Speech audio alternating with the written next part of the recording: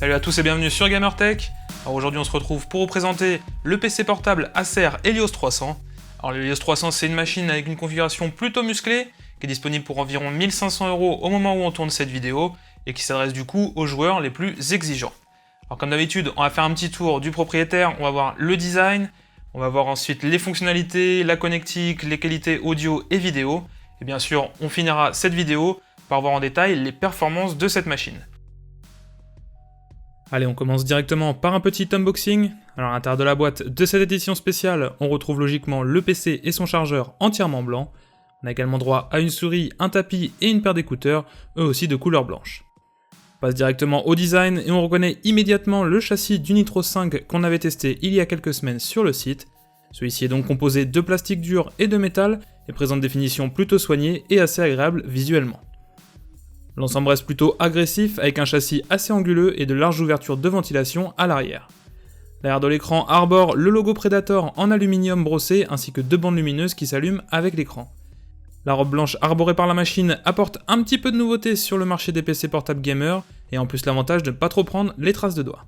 Côté transportabilité, on est sur un gabarit plutôt classique et avec presque 3 kg sur la balance, on vous recommandera d'avoir un bon sac à dos si vous souhaitez le transporter quotidiennement.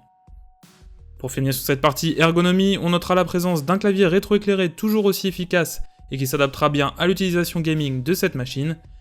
Celui-ci propose une bonne réactivité avec des touches chiclette disposant d'une course suffisante qui permet au clavier d'être également très agréable pour de la rédaction. Enfin on trouvera un pavé tactile de taille raisonnable qui répond globalement bien, celui-ci ne sera de toute façon pas très utile pour les joueurs qui restent quand même la cible d'une telle machine.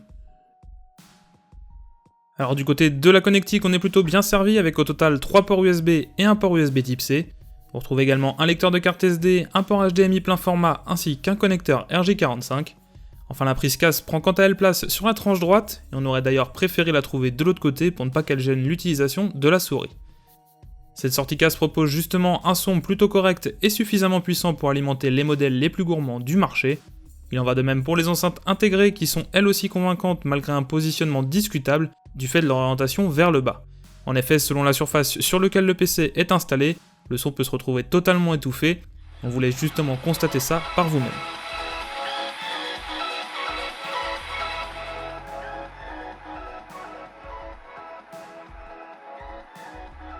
Pour finir sur cette partie, le Helios 300 est équipé d'une dalle IPS Full HD de 15,6 pouces qui se paye le luxe de proposer une fréquence de rafraîchissement de 144 Hz. Cet écran affiche des couleurs globalement justes avec un très bon contraste. Sa luminosité et son traitement anti-reflet permettront quant à eux de l'utiliser même en plein jour. Reste à voir maintenant si ce qui se cache sous le capot permettra vraiment de profiter de ce très bon écran.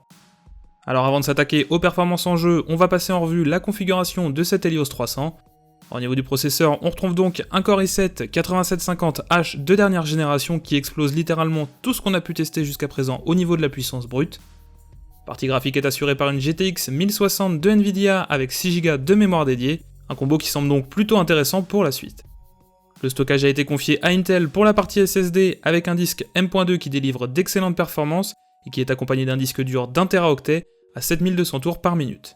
Enfin le tout est épaulé par 16 Go de RAM DDR4. Sur nos benchmarks habituels, le Helios 300 s'en tire très bien et se place donc à mi-chemin entre les machines équipées avec les GTX 1050 Ti et celles qui utilisent la GTX 1070. On profite donc d'une configuration solide qui permet de jouer correctement en 1080p sur les titres les plus gourmands. Avec des titres actuels, la machine s'en sort plutôt bien avec environ 50 FPS constants sur PUBG avec tous les détails au maximum. De la même façon, on a mis à l'épreuve la configuration sur Far Cry 5 en Ultra et donc toujours en 1080p. Là encore, les résultats sont honorables avec une moyenne de 60 FPS. En ce qui concerne la dalle 144 Hz, il ne faudra pas compter sur des jeux trop gourmands pour en profiter pleinement, mais CSGO en qualité maximum tourne parfaitement à 144 FPS constant. Si vous souhaitez profiter de ce taux de rafraîchissement sur des titres plus gourmands, il faudra évidemment faire quelques concessions sur les options graphiques. On termine rapidement en abordant les températures et les nuisances sonores. Et la chose que l'on peut dire, c'est que la ventilation de cet Helios 300 est plutôt bruyante, avec un souffle particulièrement audible lorsque la machine est beaucoup sollicitée. Au niveau des températures relevées, on est sur des valeurs plutôt habituelles dans le cas d'une sollicitation du processeur et du GPU à 100%, avec respectivement 90 et 75 degrés. On rappelle évidemment à toutes fins utiles que vous n'obtiendrez jamais des températures aussi élevées avec un usage classique de votre machine. Voilà, vous savez tout sur ce Acer Helios 300. De notre côté, on a été plutôt séduit par ses performances puisqu'il permet de jouer dans de très bonnes conditions en 1080p sur tous les derniers titres du moment. On apprécie également sa robe blanche puisque ça change un petit peu de ce qu'on a l'habitude de trouver sur les PC gamers actuellement. Et puis son tarif de 1500 € nous paraît assez cohérent avec le reste du marché. Donc si vous voulez plus de détails sur ce PC, vous avez le test écrit qui est dans la description de la vidéo.